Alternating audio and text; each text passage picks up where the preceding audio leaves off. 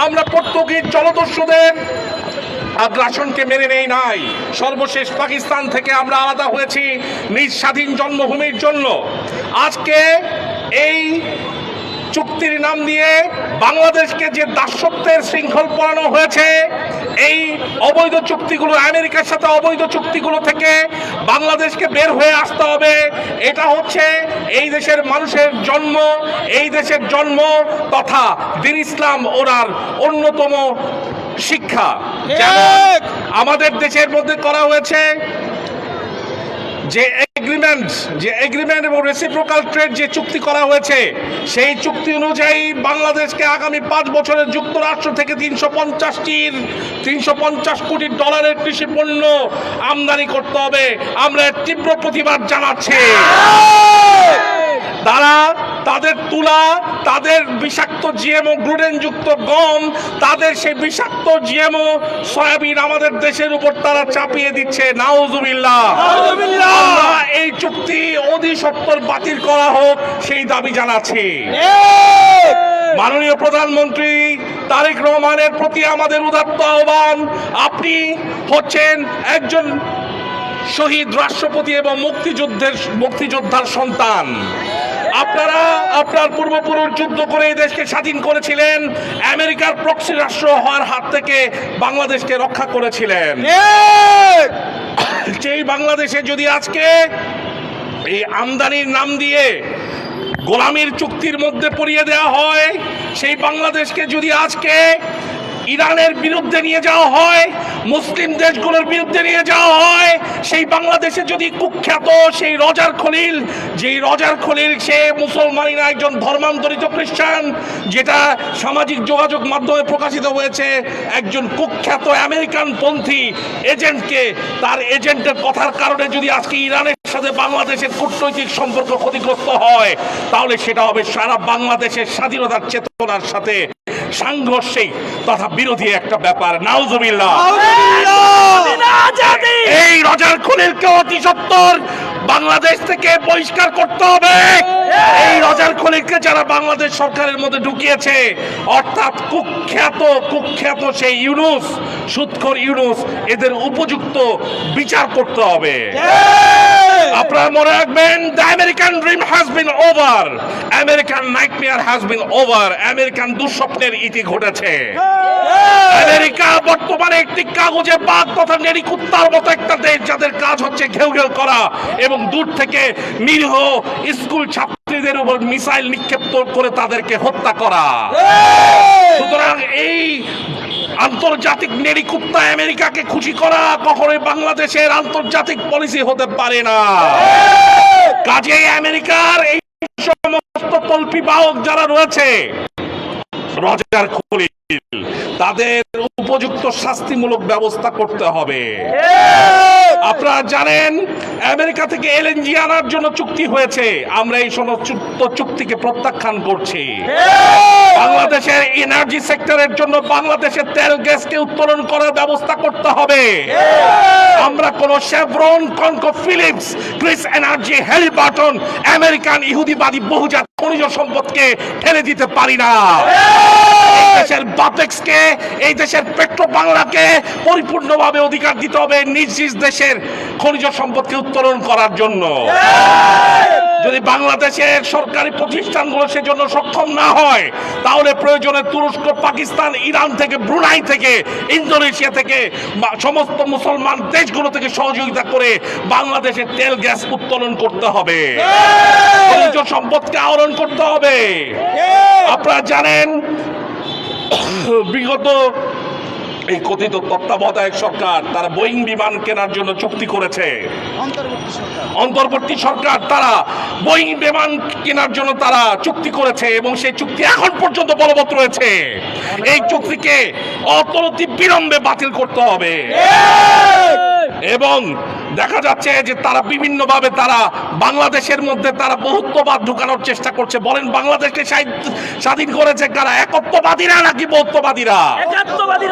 একত্ববাদী তথা তৌহিদ এবং রেসালতবাদীরা বাংলাদেশকে স্বাধীন করেছে। সেখানে আজকে বৌদ্ধবাদের নাম দিয়ে কুফরি শিরকি বাংলাদেশের 98% মুসলিম জনসাধারণের উপর চাপিয়ে দেওয়ার চেষ্টা করা হচ্ছে। আমরা তীব্র বিরোধিতা জানাই। প্রিয় দেশবাসী, আপনারা জানেন আমাদের দেশের মধ্যে তারা বিগত যেই মুশরিকদের পাচারা দালালরা আমাদের দেশের আকাশ প্রতিরক্ষা ব্যবস্থাকে তারা পঙ্গু করে রেখেছে। কিছুদিন আগে ট্রোলের শিকার হয়েছে বাংলাদেশের মিসাইল সক্ষমতা নিয়ে সামাজিক যোগাযোগ মাধ্যমে নেটিজেনরা তারা অনেক হাসাহাসি করেছে। কারণ যেখানে আজকে পার্শ্ববর্তী দেশ মিয়ানমার তারা 700 কিলোমিটার রেঞ্জের মিসাইল ডেভেলপ করেছে, সেখানে বাংলাদেশের মিসাইল গুলো 100 কিলোমিটার, 150 কিলোমিটার, 200 কিলোমিটারও কেউ পার হতে পারে না। নাউজুবিল্লাহ। আমাদেরকে বাংলাদেশকে অনতিবিলম্বে পারমাণবিক শক্তিধর সেই পাকিস্তান থেকে মিসাইল টেকনোলজি বাংলাদেশে আমদানি করতে হবে। ইলেকট্রনিক ওয়ারফেয়ার ডিভাইস সমূহ বাংলাদেশে আমদানি করতে হবে। বর্তমানে ইরান সারা বিশ্বের মহাবৈশ্বিক শক্তিতে পরিণত হয়েছে। ইরান থেকে সিজিল, ফাতাহ, ইমাদ, সাইবার শাহ 4 এই বিমান সমূহকে, এই মিসাইল সমূহকে বাংলাদেশে আমদানি করতে হবে। তুরস্ক আয়রন ডোমের বিপরীতে তারা তৈরি করেছে স্টিল ডোম তৈরি করেছে, মাল্টিলেয়ার এয়ার ডিফেন্স সিস্টেম তারা তৈরি করেছে। এই তুরস্কের মাল্টিলেয়ার এয়ার ডিফেন্স সিস্টেম বাংলাদেশে আমদানি করতে হবে। তুরস্ক পাকিস্তান প্রস্তাব দিয়েছিল চট্টগ্রাম এবং অন্যান্য অঞ্চল সমূহের মধ্যে তারা সামরিক কারখানা তৈরি করবে, বাংলাদেশকে সেই সুযোগ দিতে হবে।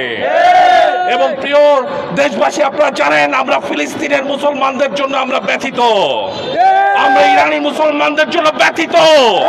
ঠিক তেমনি ভাবে রোহিঙ্গা মুসলমানদের প্রতি সমবেদনা প্রকাশ করে রোহিঙ্গা মুসলমানদেরকে অনতি বিলম্বে তাদের দেশে ফিরে যাওয়ার ব্যবস্থা করতে হবে। সেজন্য বাংলাদেশ সরকারকে, বাংলাদেশ সেনাবাহিনীকে সেই ভূমিকা পালন করতে হবে। আমরা 20 লক্ষ জনগণকে বসিয়ে বসিয়ে খাওয়াতে পারি না, আমরা তাদেরকে সুসজ্জিত করে মুক্তিযোদ্ধা হিসেবে তাদের নিজ ভূমিতে প্রেরণ করতে হবে। রোহিঙ্গাদেরকে তাদের নিজ ভূমিতে স্বায়ত্ত শাসন দিতে হবে। রোহিঙ্গাদের রয়েছে নিজস্ব ভূমি, নিজস্ব খাল, বিল, নদী, তাদেরকে সে মাছ চাষ করে নিজ ভূমিতে ফসল উৎপাদন করার স্বাধীনতা নিশ্চিত করতে হবে। প্রিয় দেশবাসী, বাংলাদেশ পাকিস্তানের গোলাম থাকে নাই, বাংলাদেশ ভারতের গোলাম হতে পারবে না, বাংলাদেশ আমেরিকার গোলাম হতে পারবে না। আমাদের নীতি হবে তোমরা জালিম হইও না, তোমরা মজলুম হইও না। নিজ সম্মানে গর্বে আমাদেরকে মাথা উঁচু করে রাখতে হবে। নারায়ে তাকবীর, আল্লাহু আকবার, দুনিয়ার মুসলমান এক হও, এক হও। গাজাবাসী, হামাসবাসী জিন্দাবাদ, জিন্দাবাদ। হামাস হুতি মুজাহিদিন জিন্দাবাদ, জিন্দাবাদ। বাংলাদেশ সেনাবাহিনী জিন্দাবাদ, জিন্দাবাদ। সেনাবাহিনী এগিয়ে চলো, আমরা আছি তোমার সাথে। আসসালামু আলাইকুম। মারহাবা, মারহাবা। আমরা এতক্ষণ ধরে গাজী আহমদুর রশিদ ভাইয়ের আলোচনা শুনলাম। উপস্থিত সংগ্রামী দেশবাসী, 98% মুসলমান অধ্যুষিত এই স্বাধীন সার্বভৌম বাংলা, এই বাংলাদেশ স্বাধীনতা সংগ্রামের বিনিময়ে আজকে স্বাধীনতা লাভ করেছে, শান্তিপূর্ণভাবে বসবাস করে যাচ্ছে।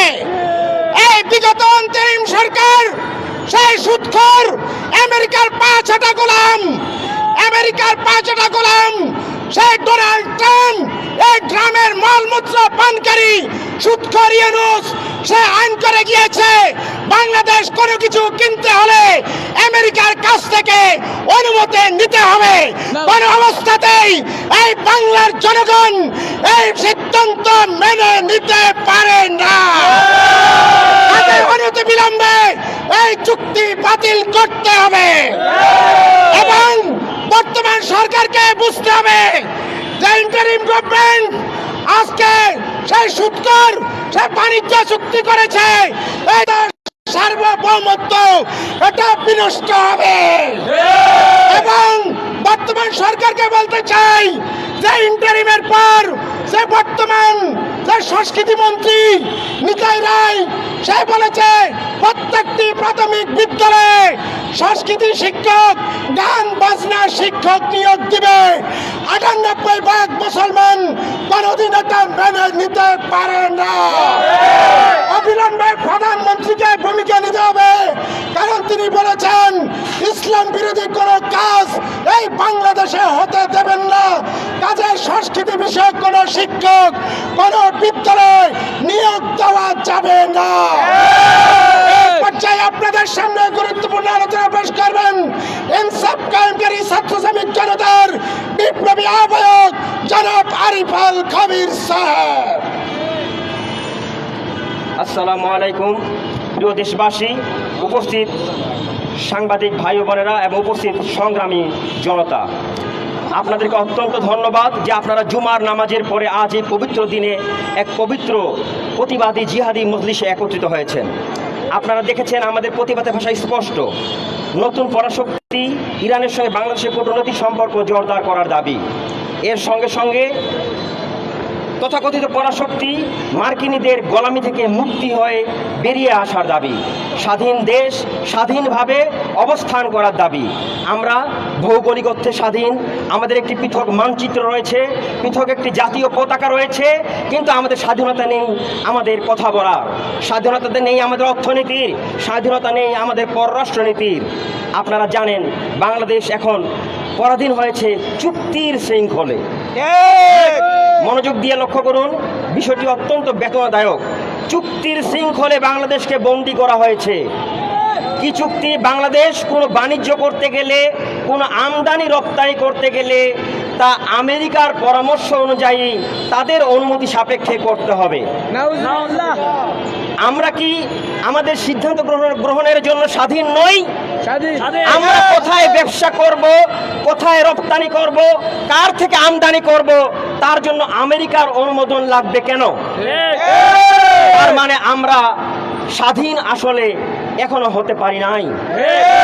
তা কি আমরা মেনে নিতে পারি? আমরা মুসলমান জাতি, আমরা বারবার রক্ত দিয়েছি ইসলামের জন্য, ইমানের জন্য। বেঈমানের কাছে কখনো আমরা পরাস্ত হইনি, পরাধীন থাকি নাই।